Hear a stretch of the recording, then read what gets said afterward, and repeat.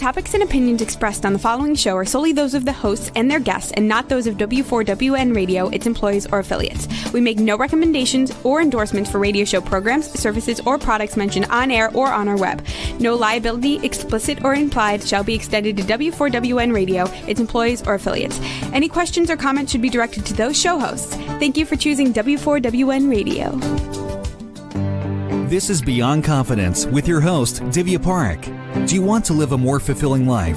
Do you want to live your legacy and achieve your personal, professional, and financial goals? Well, coming up on Divya Parekh's Beyond Confidence, you will hear real stories of leaders, entrepreneurs, and achievers who have stepped into discomfort, shattered their status quo, and are living the life they want. You will learn how relationships are the key to achieving your aspirations and financial goals. Moving your career or business forward does not have to happen at the expense of your personal or family life, or vice versa. Learn more at www.divyaparekh.com, and you can connect with Divya at contact@divyaparekh.com. This is Beyond Confidence, and now here's your host, Divya Parekh. Good morning, listeners. It's Tuesday morning, and I'm so thrilled to be here. So a lot of excitement going on.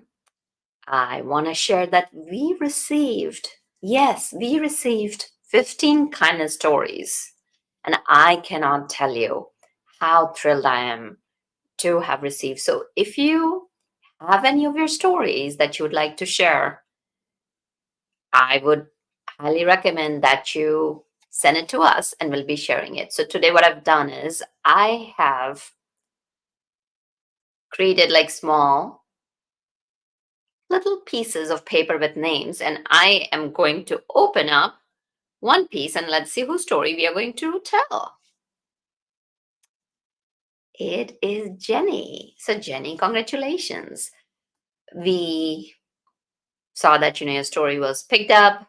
We pick it randomly. We share one story, and that doesn't mean that we will not be sharing anybody else's story. So what Jenny shared was, what she said was that like she knows her neighbors have young kids and the gentleman was laid off and they have been having tough times.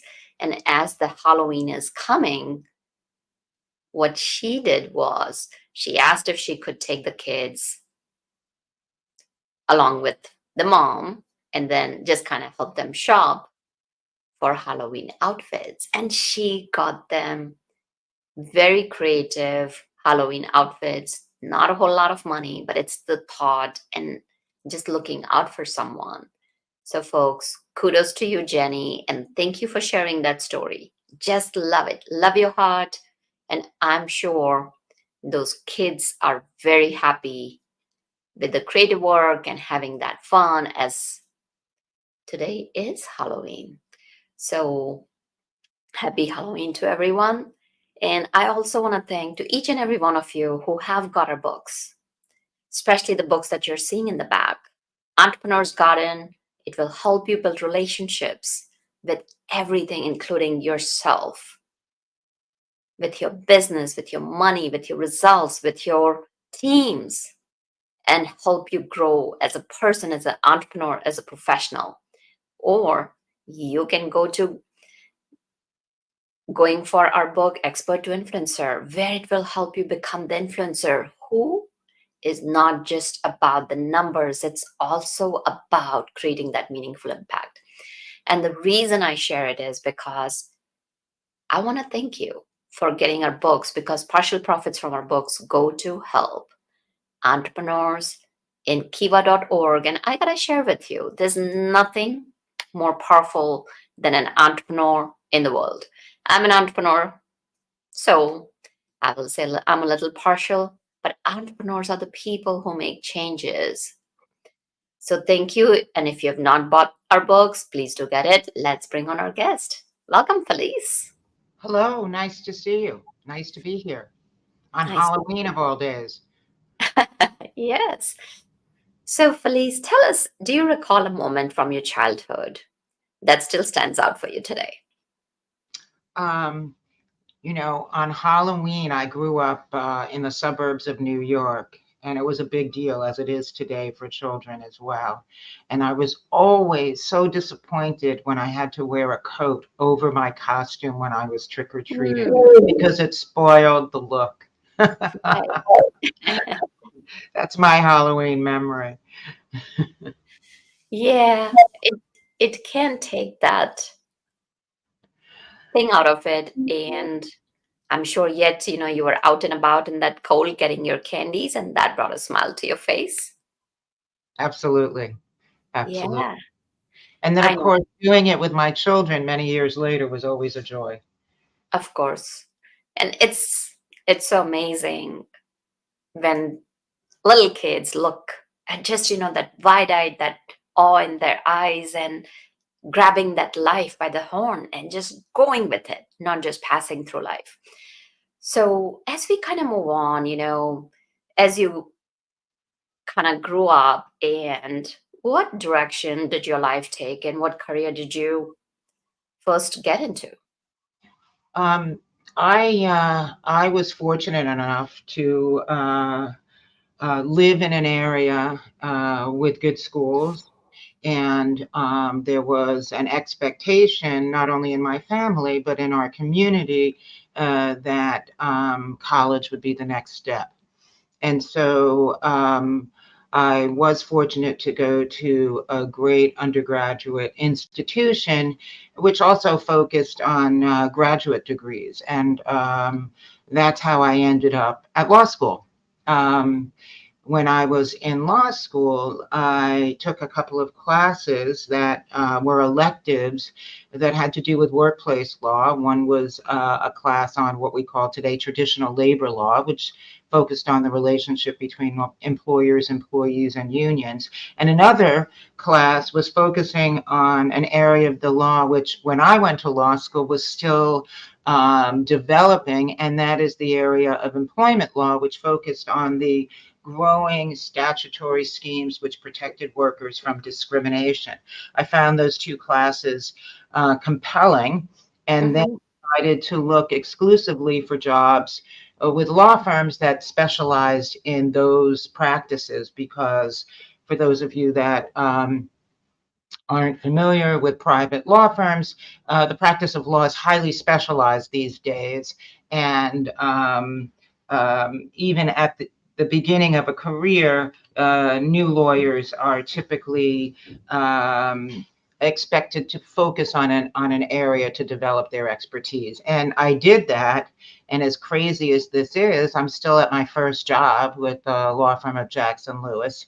I'm at our Manhattan office right now. I've chosen to work from the office today, not from home.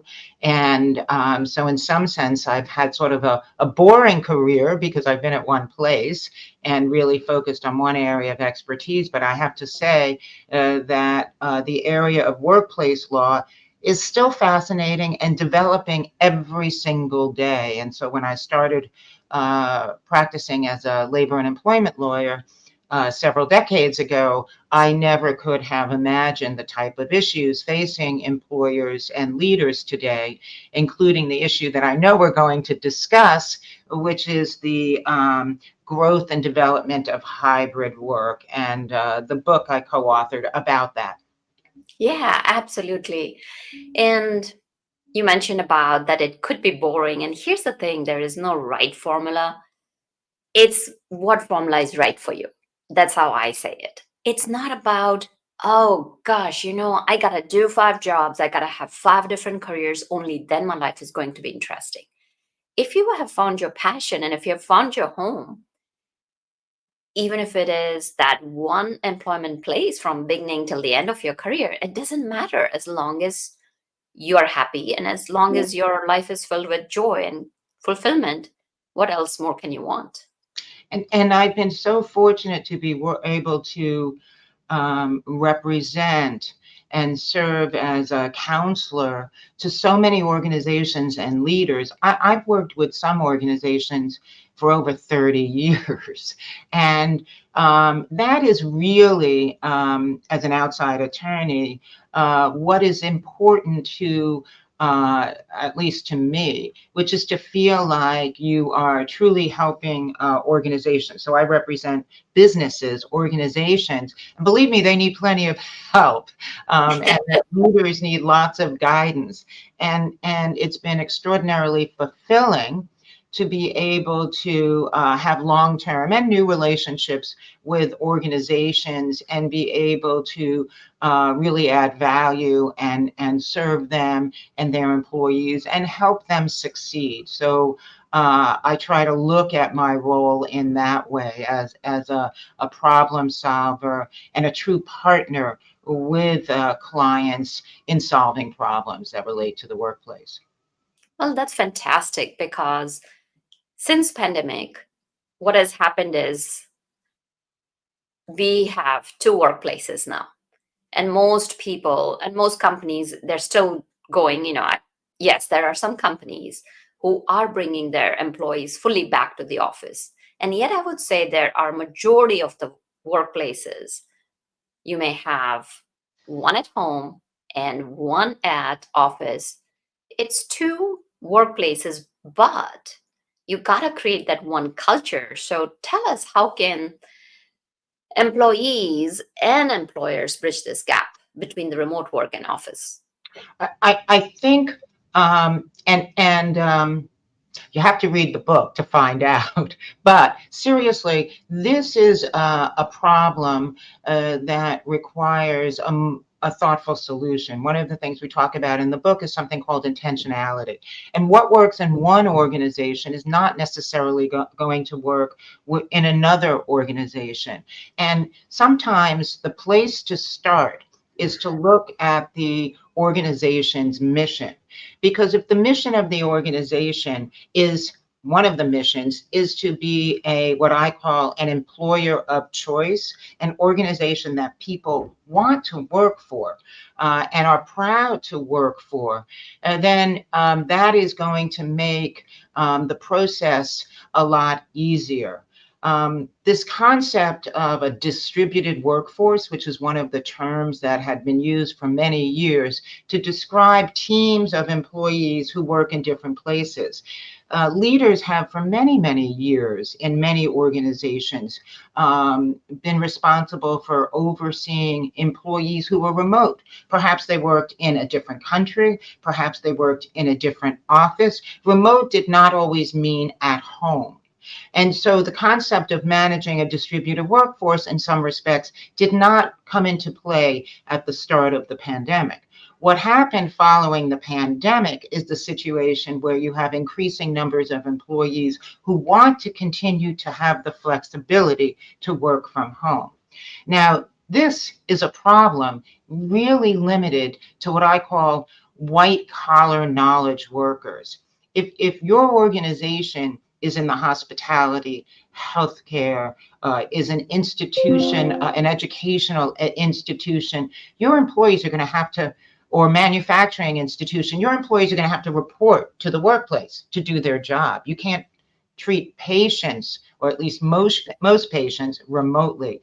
You can't teach children remotely. At least we've seen that is not so terrific. You cannot build things for consumers remotely. You can't serve guests in a restaurant remotely. And so this concept of work from home or work from home on a part-time basis, which is what we now call hybrid work, really is limited to a sliver, an important sliver, but a sliver of the labor market.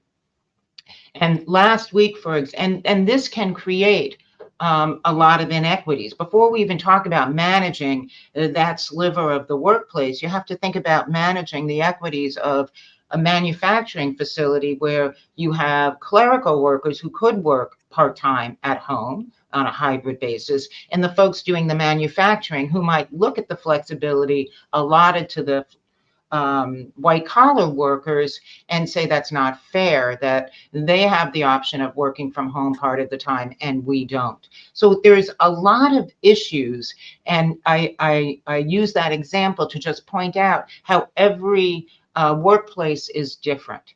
But if we take a simple situation where everyone working for an organization is a white-collar knowledge worker. And we now know that pretty much all that work can be performed at home or in an office because of the advantages of technology. So years ago, you and I would be meeting in a studio. We wouldn't be online. But now that we have all these tools, we do have this option.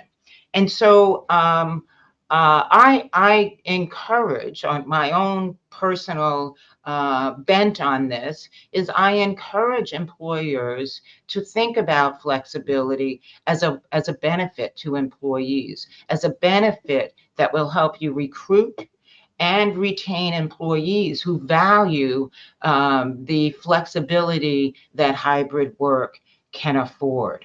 So that's the big issue. Now, this battle that we've been reading about in the media over the number of days of work in the office, I think is a misguided battle. It's not how many days folks are in the office. It's how the employer and its leaders are making time in the office meaningful so as to do what you pointed out, create culture and create what we call in the book interpersonal glue. Because people get work done better if they know each other, if they've had a meal together, if they know something about each other, if they have some kind of a relationship that expands beyond Zoom meetings and Gmail and Slack, people will people will get work done more effectively, and they will enjoy it more. Because let's just say work is social. At the beginning of the end of the pandemic, there was an article in the New York Times which talked about the year or two, which was then, of work from home for most white-collar workers during the shutdowns, and how this was impacting new workers, college graduates, recent entry to the world of work, where those new employees did not have the experience of making their first work friend. So I don't know what your experience was with your early work, with your early jobs, but I know at my job, when I was a new nervous attorney, my work relationships with my peers was really important. Having friends at work made work a million times better, right? Oh, absolutely. And as you're talking about it, it definitely has emerged that having you, I really like what you mentioned, interpersonal glow, because that's what kind of keeps us connected. It's looking at each other and, like, even having some team building, or just going out for a happy hour or for that lunch, or having that donuts and just laughing, and the coffee cooler chats. So in my good old days, in my previous life, yes, those used to be so wonderful. Like when you go, you're looking forward to seeing people. It's not just work. It is Exactly. about that camaraderie and that family. And I used to call my team members as my work family, and it was just a different era. Now, this begs the question. There has been the outsourcing of work for quite, I would say, at least a couple of decades, if not more so. So when team members are remote, it's still online. So basically, hybrid work or the pandemic was an extension of it. So what are your any strategies or tactics for bringing in that distributed workforce in the fold? Um, I think the most important part of this is to have a sensible approach to work. So organizations need to establish a policy with expectations about where people are going to do their work. And they need to get buy-in, not just from the C-suite, but they need to get buy-in from every level of management. Because if a manager has a team and that manager says, I don't know why we have to come to work 3 times a week, it's annoying to me, I hate to commute, it costs time and money. If the manager is undermining and doesn't understand the importance of creating that kind of interpersonal glue that we just talked about by working closely with his or her staff, then the absence of buy-in is just going to result in failure for that team. So it's important that the organization first get buy-in from its all levels of leadership who are going to live the policy happily and be part of the movement towards whatever arrangement the employer has decided is best for its organization. So that's number one. Number two, organizations need to teach managers how to manage in this kind of environment. So back in the day when folks were just in an office sitting in front of a computer, attendance was a proxy for productivity. If you were there, if you got in early, if you stayed late, if you ate at your desk, you must be working really hard. Not so, right? But now that proxy doesn't exist. And so managers have to be given the tools to understand how to evaluate staff who are not always in the same place they are, how to have connections with their staff, how to make time in the office meaningful. And if they have a distributed workforce, they need to make sure they understand how it is the employer expects them to connect. The phone is underused today. There are many, many occasions where, folks want to interact with me via email, for example, which is primarily the communication that we use online. We don't use Slack much. And it's very easy for people to talk past one another. And, you're nodding your head because we've all had this situation where 10 emails and we still are not communicating, and yet a 2-minute phone call is all you needed. And then the beauty about the 2-minute phone call is there's always small talk. And why is small talk helpful? It's part of that interpersonal glue. It helps develop relationships between people. So I'm a big fan of the phone. One of the chapters in our books recommends that leaders establish a protocol for their team. When do you do a Zoom? When is Slack appropriate? When is email appropriate? When is a text the best way to communicate? And when do you pick up the phone? And, if everybody understands the ground rules about communication, that is one way in which you avoid situations where there are misunderstandings about responsiveness and about communicating information because employees and leaders are not using the same tools for the same reasons. I think that's a really, really great it's a really great idea. I have to admit, my co-author Julie wrote that chapter, but it's one of the many chapters in the book where we really try to provide leaders with concrete action items to help move forward and do a better job of leading in a hybrid workplace with a diversified, distributed team.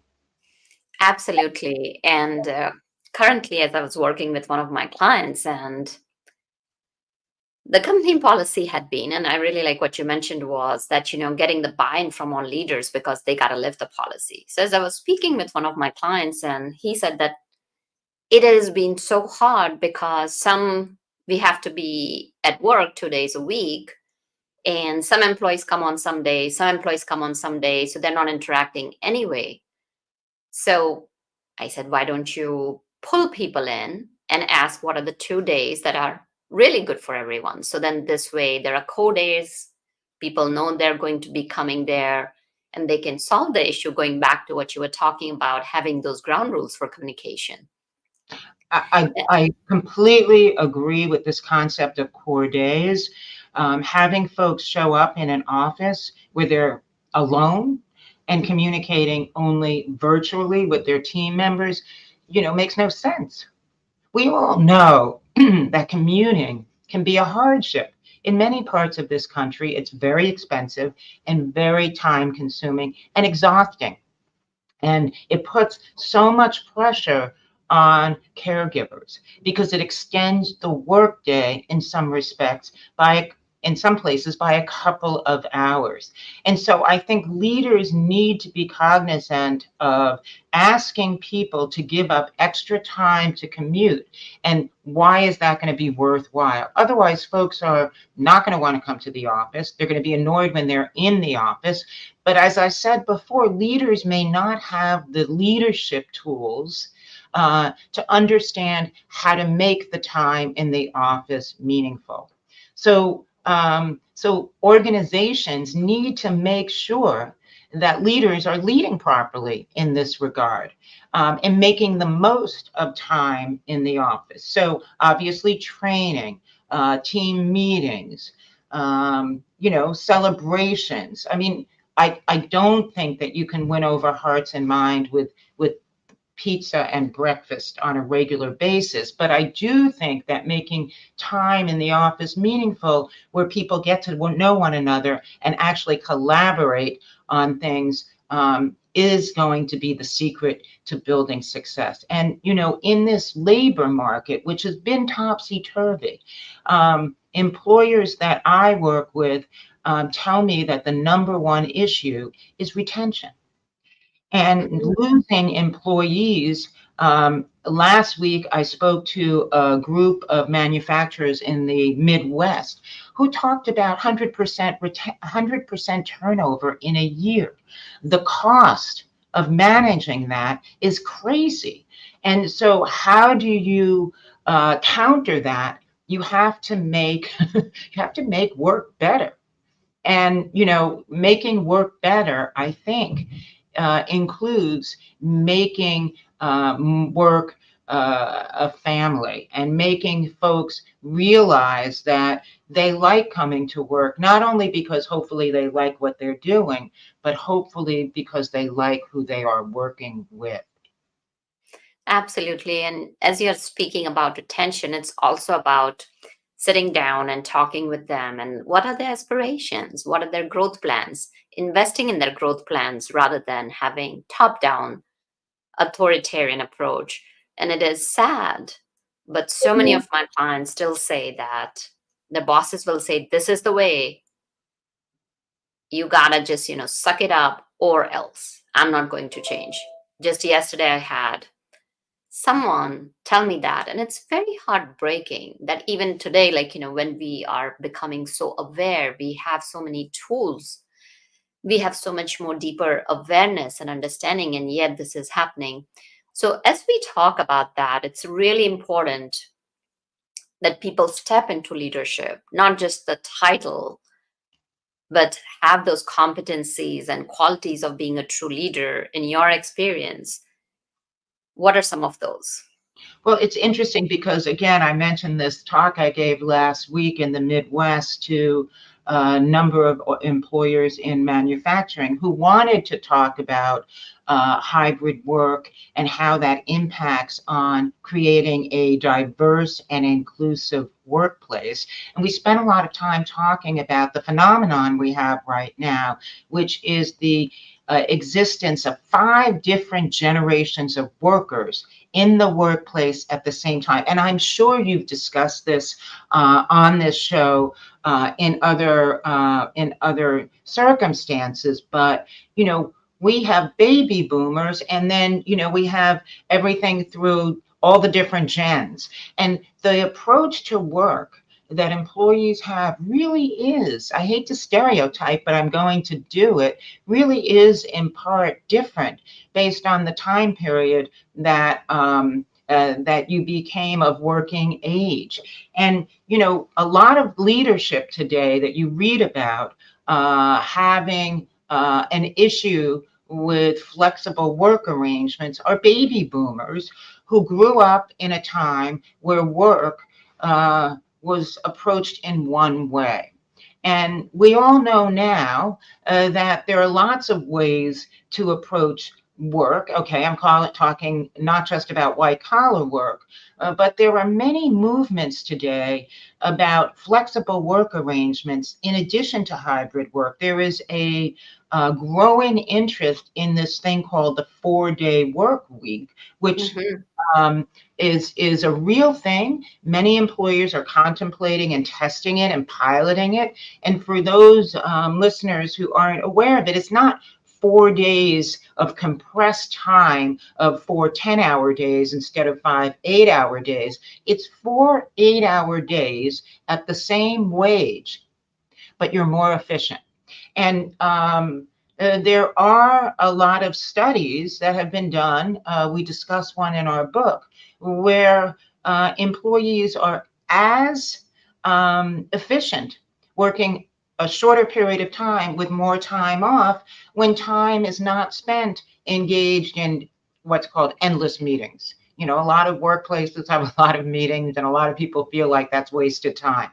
So I do think that one of the challenges that organizations have right now is dealing with all of these different generations working at the same time and having different points of view about work. What are they getting out of work? Why are they at work? And I think leaders need to understand how this impacts their ability to successfully lead. And I do think that requires training. It's not necessarily innate. You have to teach people how to lead. Absolutely. And what would you say are some of the qualities these leaders need to have to encompass not only cross-generational communication, because Z-Gen, they can rally each other up just through text. You know, Your X-Gen, your millennials, everybody's different. So their demand, not only just by how their generation is shaped, but it's just like even their communication is dictated by so many different things. So what qualities in your experience I think leaders have to be very open-minded. Obviously, they need to be able to be extraordinarily well organized and keep track of people. But I think what we have learned over the last decade or two is that we all have biases. And I think leaders need to recognize and arrest those biases. So, you know, and I'm not talking about biases based solely on protected classes or discrimination, but there are things like proximity bias, okay? We talk about this in Thrive with a Hybrid Workplace. Proximity bias is when a leader favors someone because they are more proximate, they're there more. So if you have an employee who's gaming the system, who's allowed to work from home X number of days a week, but decides I'm going to work in the office every day, so I'm the one that's always there and ready and willing and able to get, you know, the best assignments because someone can grab me because I'm always there, then that a leader who falls into that trap is engaging in proximity bias. And it's important because it's important that leaders understand these biases and are taught how to stop themselves before engaging in behavior that may be because of a bias. So leaders really need to understand what motivates them as a leader and to understand how they can correct the not so good and focus on the good qualities of, you know, well organization, open-mindedness, being a good leader, you know, focusing on fairness and equity. And one of my favorite topics to talk about is how flexible work really can support organizations' interest and focus on diversity, equity, and inclusion. And I'm sure many of your listeners work for organizations that have DEI initiatives. And I think that flexible work arrangements can really support these initiatives because what happens is the folks who need the flexibility are often caregivers, and caregivers are often women. And there have been a number of post-pandemic studies that show that even though during the initial period of the pandemic, women left the workforce in droves. And we know that happened because there was no school, no child care. And so women, unfortunately, had to stay home and keep their household together. Women are now back at work. The statistics that I've read demonstrate that even in greater numbers than before the pandemic. And one of the reasons is because so many women have the ability to work from home some or all of the time. So this is a terrific, I think, a terrific development, and supports the growth and development of flexible work arrangements like hybrid work. Mm-hmm. So now that said, so many times what happens is that, especially if you're at home, the boundaries just dissolve, because here you are, you may have started the laundry, or you may be doing something, and a lot of things are happening. And it's what I've heard from a lot of my clients is it causes them more stress than not. So what are some of the boundaries that people can set to avoid this? I think employers can help employees set boundaries. So I think it's, when we talked about a policy, it is lawful to require that employees are not engaging in caregiver activities during the time period they're supposed to be working. So, you can't stay at home and work and care for your baby and work at the same time. When you're working, you're working. And it is lawful to have a policy that says that, employees with caregiver responsibilities should not be engaging in those responsibilities during business hours. There are ways in which employers can ensure that employees are really working when they're supposed to be working, and that's to have core business hours. Again, one of the things we discuss in the book, in the sections about the policy, some workers can be paid a salary and don't have to track every minute of work, but some workers who are white collar knowledge workers are hourly.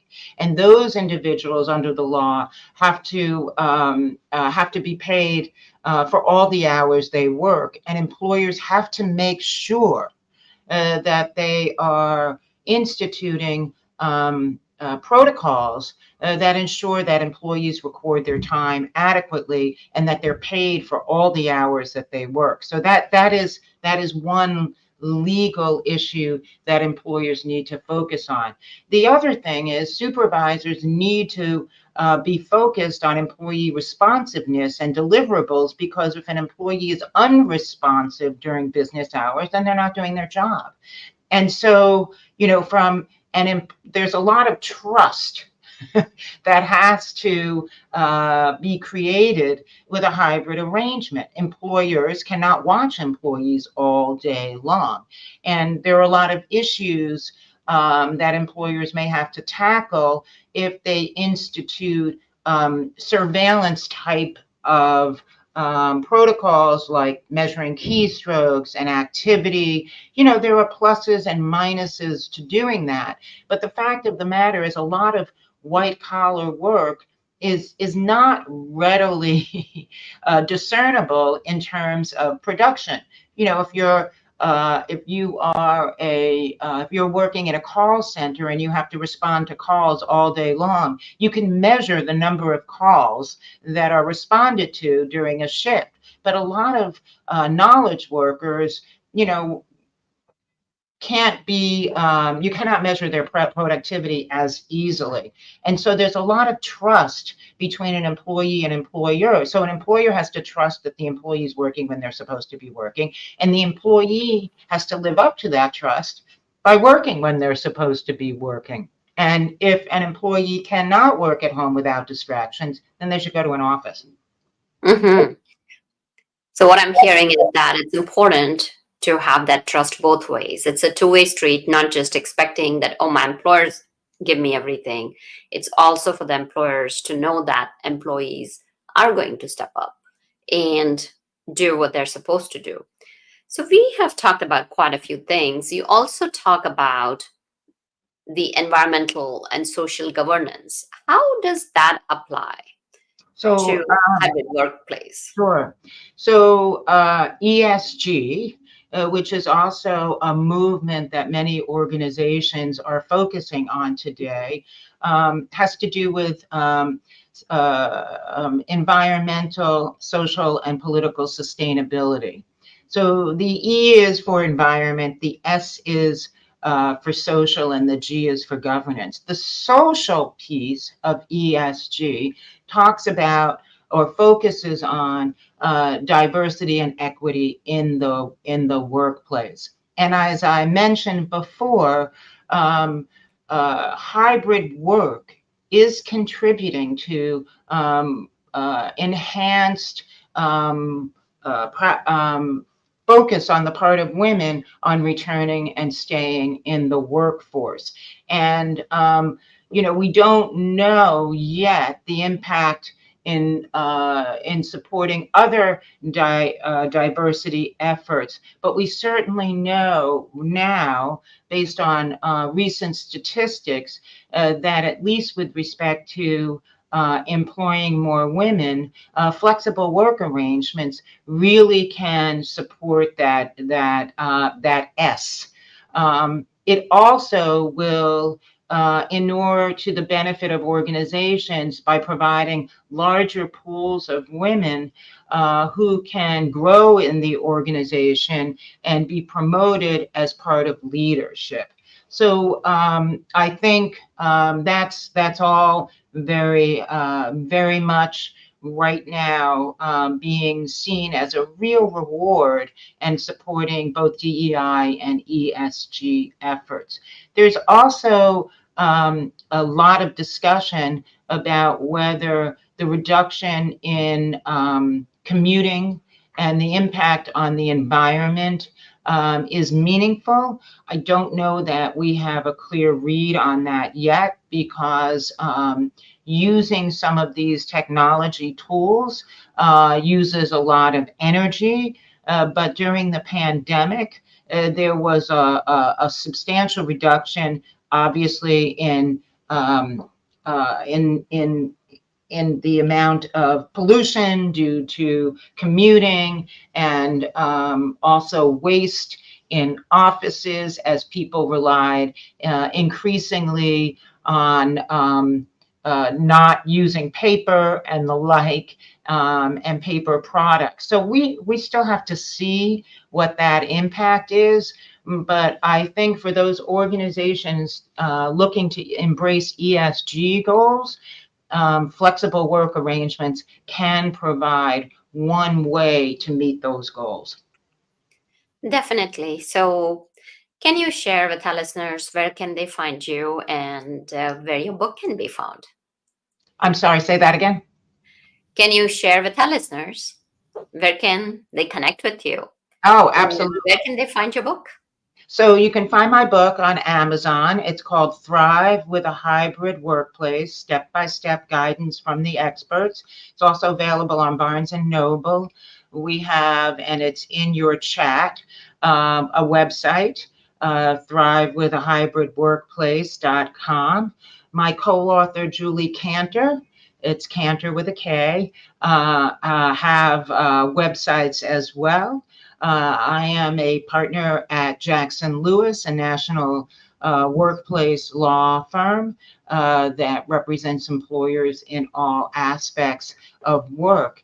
And we would really welcome your feedback, either on our websites, or if you would post a comment on Amazon or Barnes and Noble. We're very interested in hearing what all of you have to say about the book. Again, the book is a guide. It was written with many different chapters focusing on specific issues so that leaders can use it as a reference tool. It doesn't necessarily have to be read from beginning to end. Each chapter is very focused. We have chapters on culture, communication, how to create a policy, legal issues to watch out for, DEI and ESG, and we have a list of items for training as well. So I hope all of your listeners are supporting flexible work arrangements. It is, I think hybrid work is here to stay. And we really appreciate the opportunity to talk to you today. Absolutely. Thank you for joining us and sharing valuable insights and some practical, actionable tips that people can use. So thank you for that, Felice. And Thank you. Absolutely. Thank you, listeners, for joining us, because without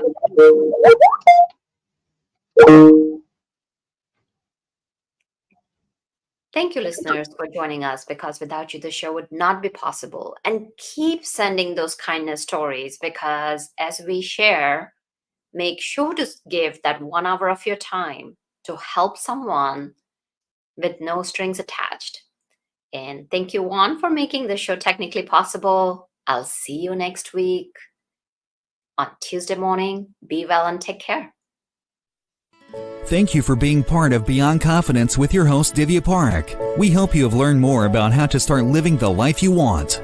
Each week on Beyond Confidence, you hear stories of real people who have experienced growth by overcoming their fears and building meaningful relationships. During Beyond Confidence, Divya Parekh shares what happened to her when she stepped out of her comfort zone to work directly with people across the globe. She not only coaches people how to form heart connections, but also transform relationships to mutually beneficial partnerships as they strive to live the life they want. If you are ready to live the life you want and leverage your strengths, learn more at www.divyaparekh.com. And you can connect with Divya at contact@divyaparekh.com. We look forward to you joining us next week.